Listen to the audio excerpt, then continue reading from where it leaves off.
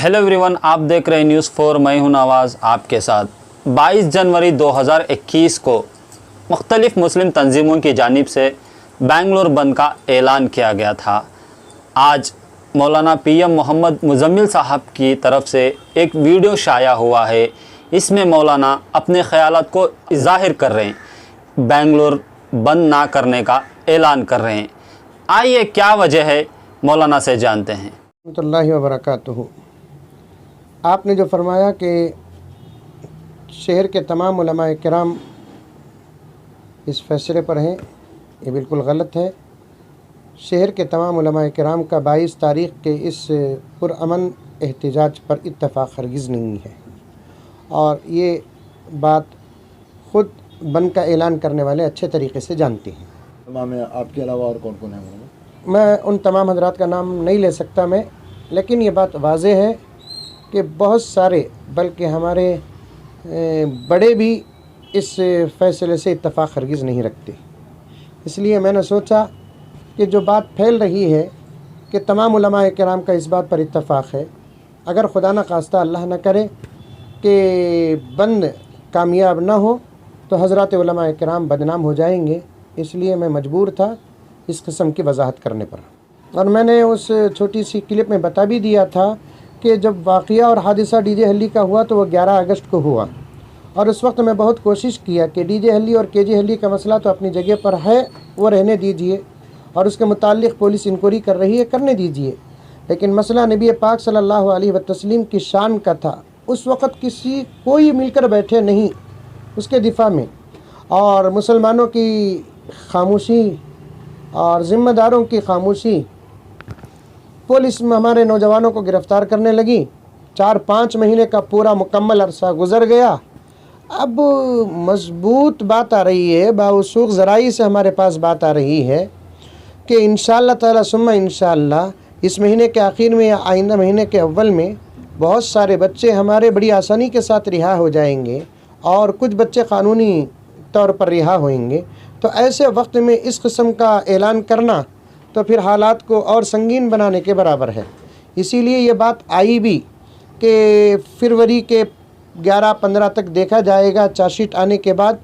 उसके बाद चार्जशीट में क्या बात आती है उसको सामने रख कर फिर उसके बाद जो करना है इंशाअल्लाह ताला पुरअमन तरीक़े से काम करेंगे।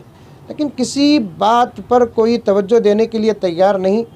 एक हमारी अजीब एक आदत बन चुकी है, किसी बात को हम लोग कह देते हैं तो कह देते हैं, उस बात का आइंदा चलकर फ़ायदा या नुकसान नज़र आने पर हम उस बात को लेने के लिए किसी सूरत से तैयार नहीं होते, और उस बात को वापस लेना बहुत बड़ी शर्मिंदगी समझते हैं, हालांकि शर्मिंदगी नहीं है। इसका एक नुकसान ये है कि मैंने वजाहत भी किया और आप हजरात देखे हैं, फिर पूछ रहे हैं, मैं अर्ज़ कर रहा हूँ कि किसी भी पार्टी की तरफ से अगर बंद का ऐलान होता है तो पूरी पार्टी का मुत्तफ़िक़ होना ज़रूरी है, और कौम की तरफ से बंद का ऐलान होता है तो पूरी कौम का 100%, 99.9% नहीं, पूरी 100%, पूरा 100% इत्तफ़ाक़ होना ज़रूरी है। और यहाँ वो चीज़ नज़र नहीं आ रही है, और कुछ लोग दुकानें खुले रखें और कुछ लोग बंद रखेंगे, तो फिर इसका फ़ायदा क्या होगा बजाय शर्मिंदगी का, और कुछ नहीं। और ख़ास मुसलमानों के मोहल्ले ही बंद होना है, और इसका क्या असर पड़ सकता है अल्लाह ही बेहतर जानता है। खुदा न खास्ता ऐसे बंद के मौके पर किसी किस्म की कोई शरारत हो गई तो फिर लेने के देने पड़ जाएंगे। इन तमाम बातों पर तवज्जो देने की सख्त ज़रूरत है, और जब भी ऐसा कोई मसला है तो तमाम हज़रात उलमाए किराम का एक मजमा और तमाम उलमाए किराम की एक नशिस्त होनी चाहिए। उसके बाद इस किस्म के फ़ैसले लेना पड़ेगा।